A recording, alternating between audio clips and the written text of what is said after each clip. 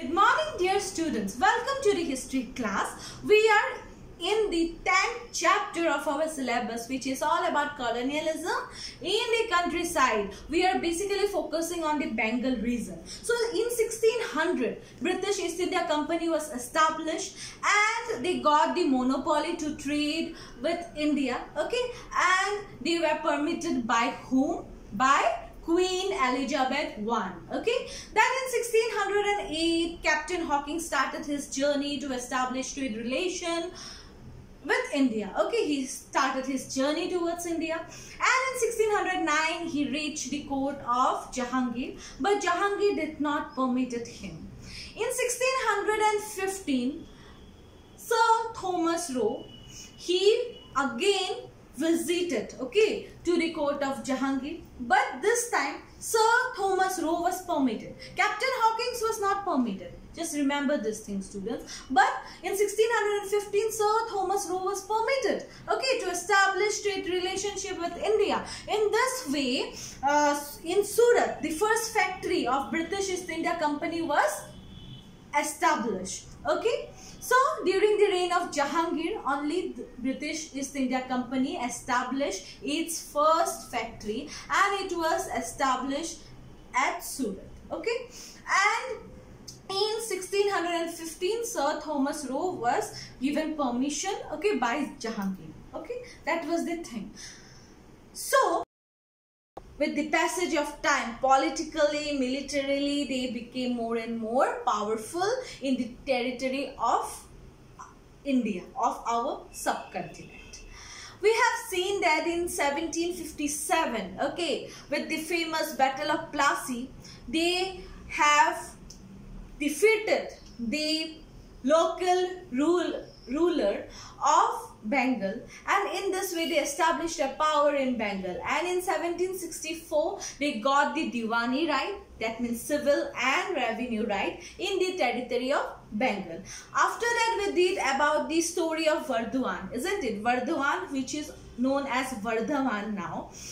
So there what we had seen, that due to permanent settlement. So permanent settlement was introduced in the society by Lord Cornwallis, who was one of the Governor General of British East India Company.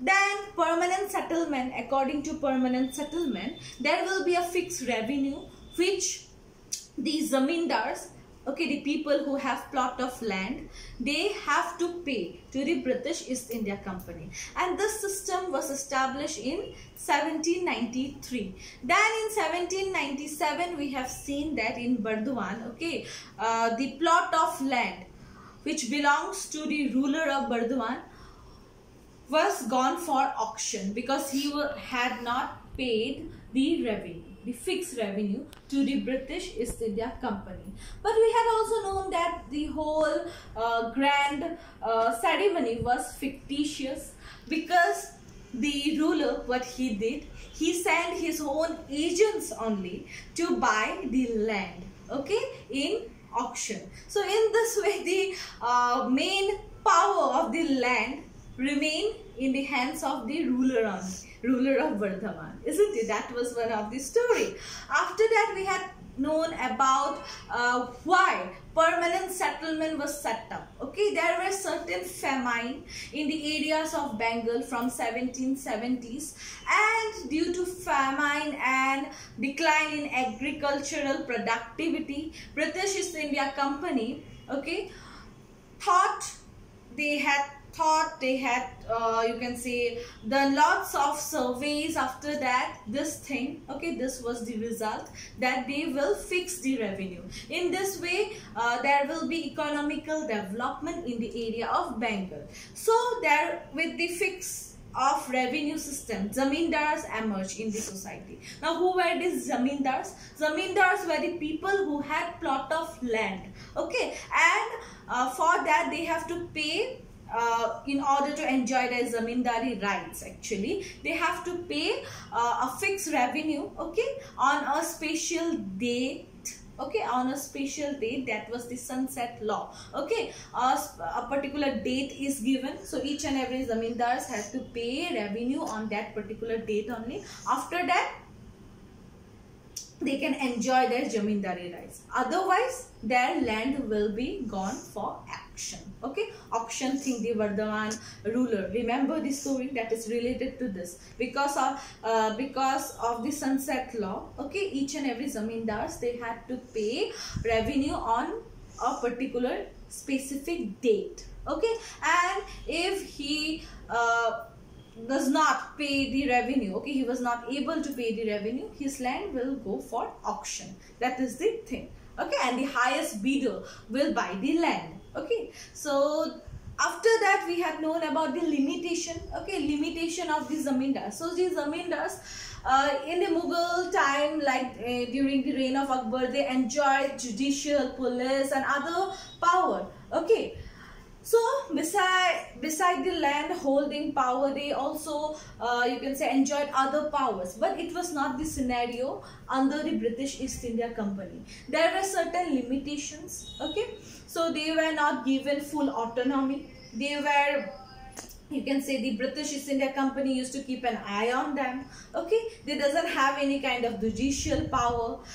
The power was limited, and they only has to you can say collect revenue from their riots. Okay, so they had the plot of land, and in that plot of land sometimes they used to keep peasants, okay, who cultivate for them, and sometimes they also used to give land to the peasant for cultivation, and in this way they used to collect some kind of tax from the riots, from the peasants, okay, who the peasant who were cultivating on their land. Okay, and in this way we had seen now that British East India Company, I have explained this, used to, for example, this is a plot of land and British East India Company has fixed 10 rupees. But the zamindars, they used to collect 20 rupees from the peasant, and the extra 10 rupees will be their income. But in certain cases we had seen that due to bad harvest and other problems, okay, they were not able to do that.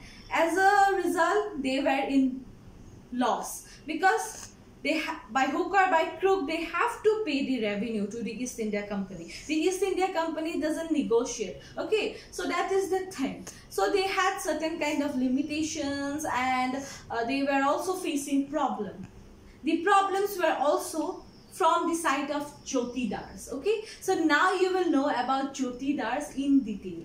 Now, who were these Jotidars? These Jotidars were the rich peasants. Okay, so the rich peasants who live in the Bengal area, and these Jotidars were powerful in the northern part of Bengal, in that area. So you will know about them in detail, about the Jotidars. But before that, you have to know about the social hierarchy. Okay, what was the social hierarchy in that particular period of time? So let's begin our today's session.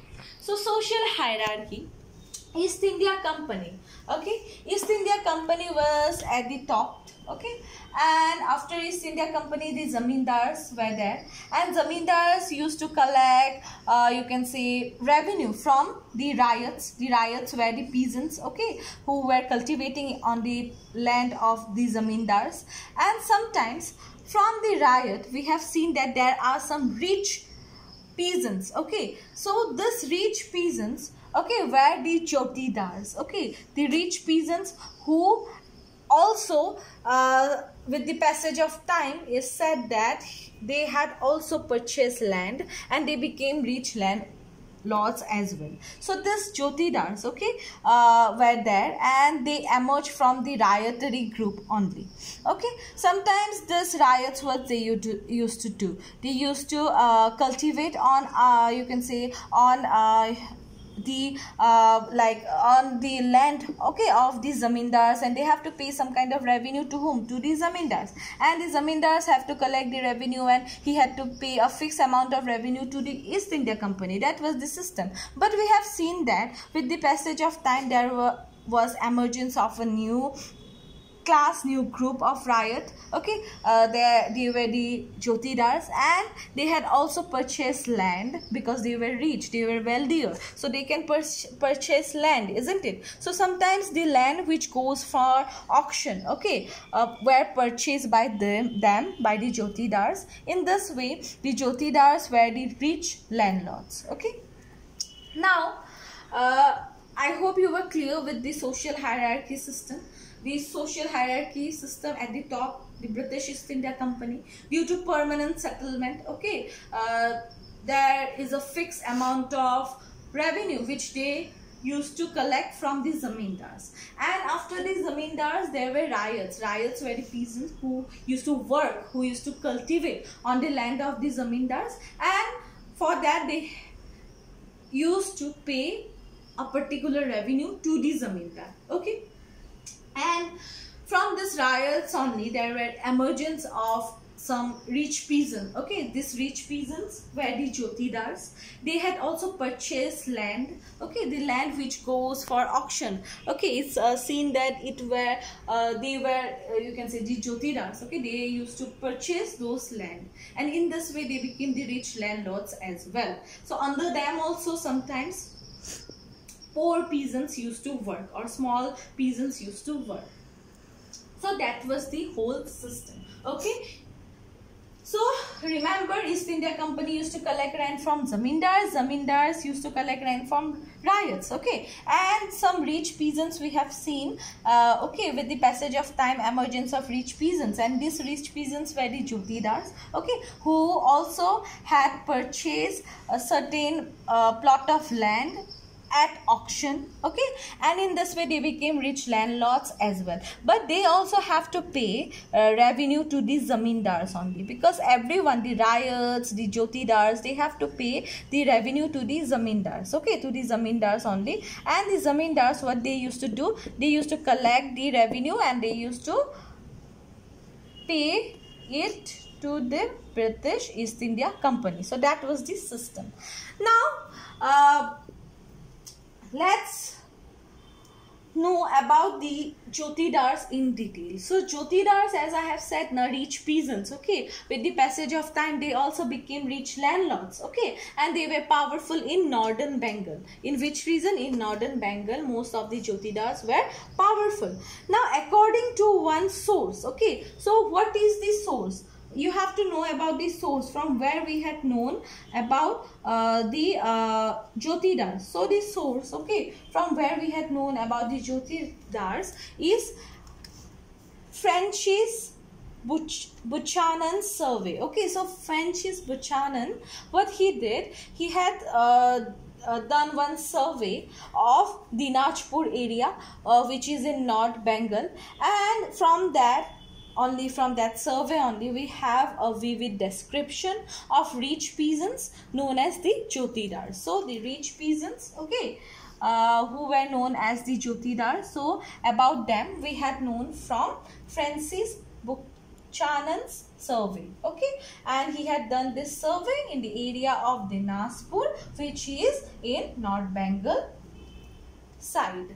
Now, a large part of their land was cultivated through sharecroppers, and these sharecroppers were known as adhiyas or Bargadars, okay. You have to remember the name. Adhiyas or Bargadars were the sharecroppers. It means that the jotidars, they have certain plot of land, and sometimes they used to give their land to the riots, to the small peasants, and under the jotidars also there were peasants who used to cultivate for them, for the jotidars, and there were even sharecroppers as well. So jotidars, the word jotidar, you know, means tilting the land, okay. So it comes from that thing. So now, a large part of their land was cultivated through sharecroppers. So, sharecroppers used to cultivate on their land, and these sharecroppers were known as adhiyas or bargadars. And they used to brought their own plot, okay, labored in the field, and handed over half the produce to the jotidars after the harvest. So that is the system of sharecroppers. Now the sharecroppers, what they used to do, they used to cultivate on the land of the jotidars, as I have said, and after they used to harvest, okay, they used to do the labor work, the whole agricultural thing. After that, they used to hand half of the product, okay, half of the agricultural produce to the jotidars. So that was the system of sharecroppers. So you have to remember the jotidars, they have plot of land and they used to give this plot of land to the sharecroppers. The name of the sharecroppers were adhiyas or bargadars. Now what these adhiyas or bargadars or sharecroppers used to do, they used to cultivate on the land of the jotidars. Then after that the final production, agricultural production was divided, among the jotidars and the sharecroppers. The sharecroppers used to give half of their agricultural production to the jotidars. So that was the system as well in the North Bengal area, and we have known this in detail from this particular source, that is Buchanan survey. So all about jotidars we have known from Frenchie's Buchanan's survey of Dinajpur. This is the relevant source. So you have to also remember, MCQ question might come. What is the relevant source from where we have known about the jotidars, about the rich peasant? It is the source, that is the survey of Dinajpur by Frenchie's Buchanan's. Now after that, now what you can say, what are the powers enjoyed by the jotidars, what the jotidars had with them. So these jotidars, they had acquired vast land. These jotidars, they had acquired what? Vast land. So under them there were vast land. Then they used to control the local trade as well, and they were also the money lenders. Sometimes they used to lend money to the small peasants. So they were the money lenders as well, and they enjoy considerable power over the cultivators. Now how and why they used to enjoy considerable power over the cultivators? As I have said that the jotidars, they acquired vast land. So under them there were a vast area of land, and in their land only there were small peasants who used to work. There were sharecroppers as well, isn't it? So I have explained that. But beside from that, apart from that, they also controlled the local trade system. Who used to control the local trade system? The jotidars. And they were also money lenders. Sometimes some small or poor peasant require money. So the jotidars, they used to lend money to the small poor peasant. So in this way the jotidars became the money lenders as well. But the most important factor here is that jotidars were powerful. Jotidars, they enjoyed considerable power over the cultivators, over the ryots. Now how they used to enjoy considerable power over the cultivators, and why? The main thing is why. Because zamindars were there. Jotidars have to pay revenue to the zamindars only. Zamindars were there, but why the jotidars were powerful? The main reason behind it is that jotidars, they used to live in rural areas. The zamindars, they used to live in the city and town. So in the urban areas, you can say like that. The zamindars, they used to live in the urban areas, and timely they used to come just to collect the revenue from the jotidars and from the ryots. But the jotidars, they used to live in the rural areas, and they had a direct control over the cultivators. So in this way, the jotidars, they had direct control over the cultivators. And sometimes what they did, these jotidars, these jotidars, they used to delay payment. In the previous part, in the limitation part of the zamindars, in that part we have also known about the problems faced by the zamindars, isn't it? Problem was that they were not able to pay the revenue on time because of these jotidars. This jotidars, what they used to do, they used to delay the payments. And sometimes they just to enjoy just to enjoy the thing, and they deliberately actually do this kind of thing. They used to delay payments to the zamindars, and in this way zamindars face lots of problem, and sometimes their land goes for auction. And we have seen that the lands which goes for auction were you can say purchased by this jotidars. Okay, so this jotidars were the buyers at auction as well. Okay, so they used to buy the land which they get in the auction. Okay, so that is the thing. So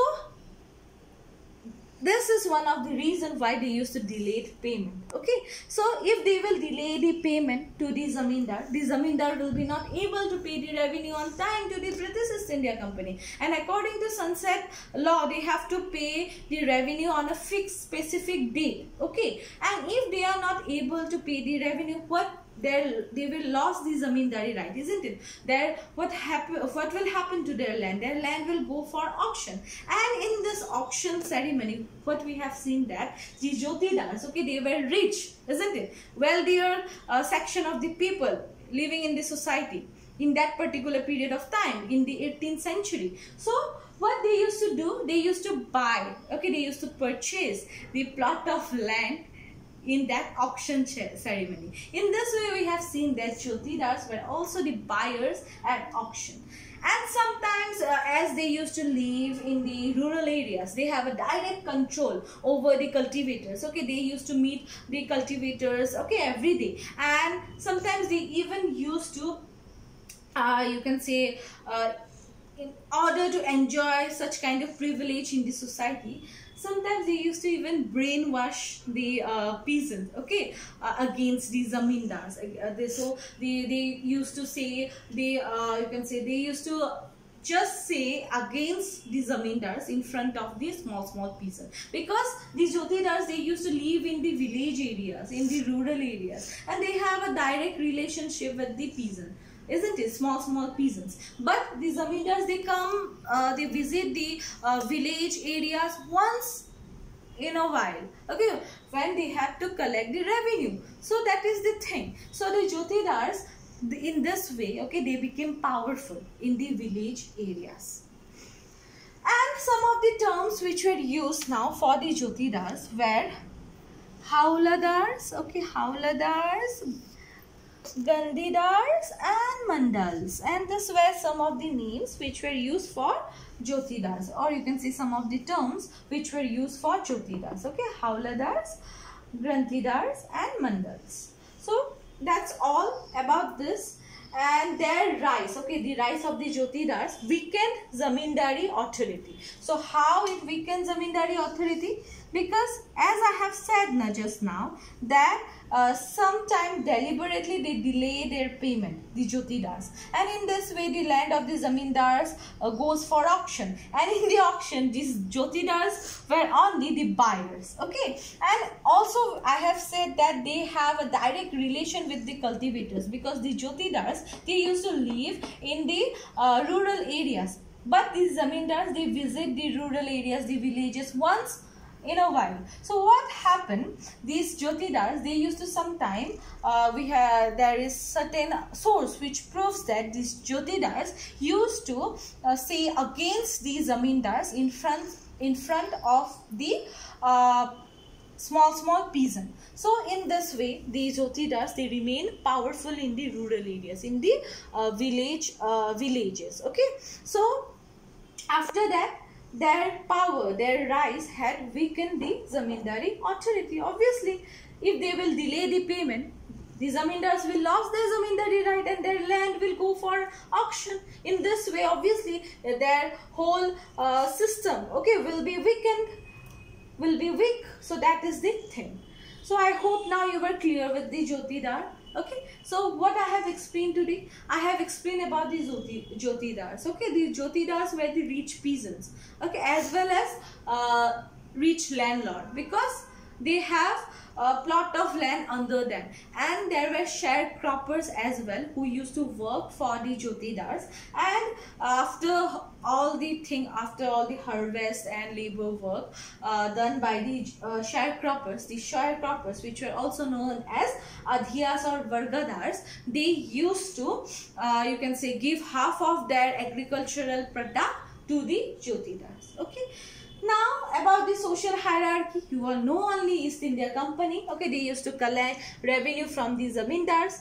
Okay, fixed revenue was there because of permanent settlement. Okay, fixed revenue they used to collect. The British East India Company used to collect from zamindars, and these zamindars used to collect revenue from ryots. Okay, small peasants, and also from the jotidars. Now jotidars were the rich peasants, but sometimes we have seen that zamindars had faced some kind of problem in collecting the revenue. Why? Because these jotidars sometimes they deliberately delay their payments. Okay, as a result, the zamindars what they have, their land, okay, they lost their zamindari rights over the land, and their land goes for auction. And we have seen that these jotidars, they used to buy land, okay, at auction. Okay, so the jotidars only became the buyers at the auction. Okay, that was the thing.